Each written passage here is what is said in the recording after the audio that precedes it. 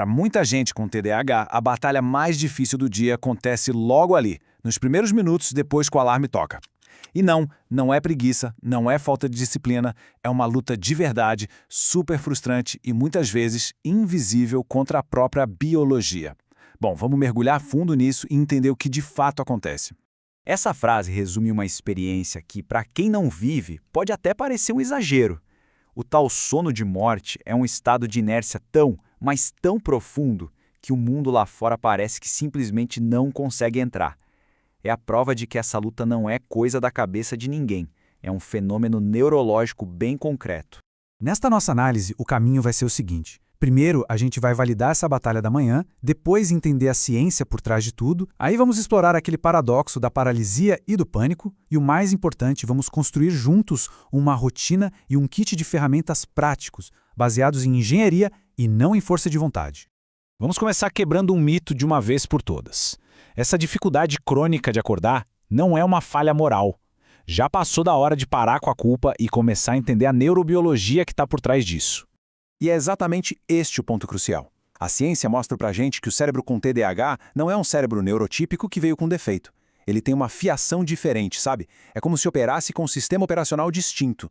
E essa diferença fica super clara na regulação do sono e da vigília. Aceitar essa arquitetura única é o primeiro passo para achar estratégias que de fato funcionem. Beleza. Então qual é a ciência por trás desse cérebro em outro fuso horário? A resposta está no nosso relógio biológico interno, o famoso ritmo circadiano. Agora, dá uma olhada nesse número. É impressionante. As pesquisas mostram que até 78% dos adultos com TDAH têm um atraso bem significativo no ritmo circadiano. Isso não é uma variaçãozinha qualquer, é uma mudança fundamental que afeta o funcionamento do corpo todo. E essa tabela aqui ilustra essa diferença de um jeito brilhante. Num cérebro com TDAH, a melatonina, que é o hormônio do sono, começa a ser liberada mais tarde. Por consequência, o pico de cortisol, que é o hormônio que nos deixa em alerta, também acontece mais tarde. O resultado?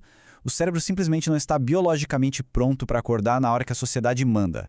Essa é a melhor analogia que existe. É como viver num estado de jet lag social crônico. Pedir para alguém com TDAH ser produtiva às 8 da manhã é a mesma coisa que pedir para uma pessoa neurotípica fazer uma apresentação super complexa às 4 da madrugada.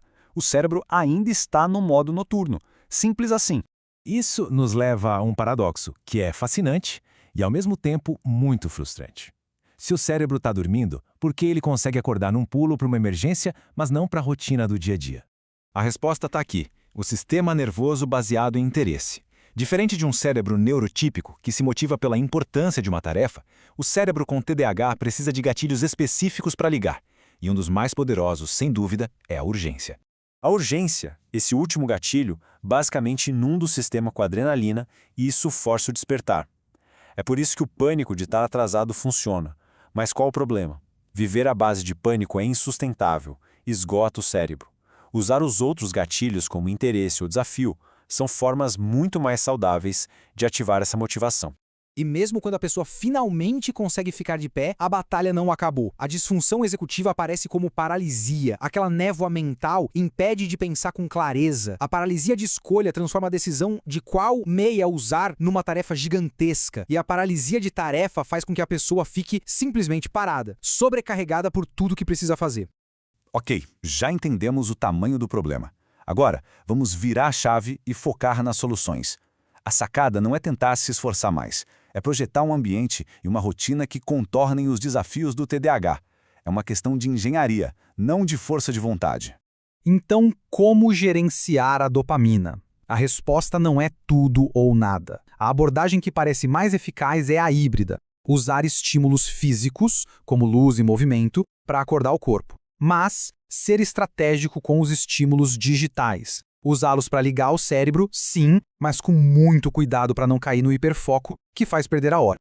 E essa aqui é uma ferramenta que pode mudar o jogo, a plataforma de lançamento. A regra de ouro é simples. Elimine todas as decisões possíveis da sua manhã. Prepare a roupa completa, o que a gente chama de uniforme TDAH. Deixe o café da manhã pronto. Isso combate a paralisia de escolha de frente.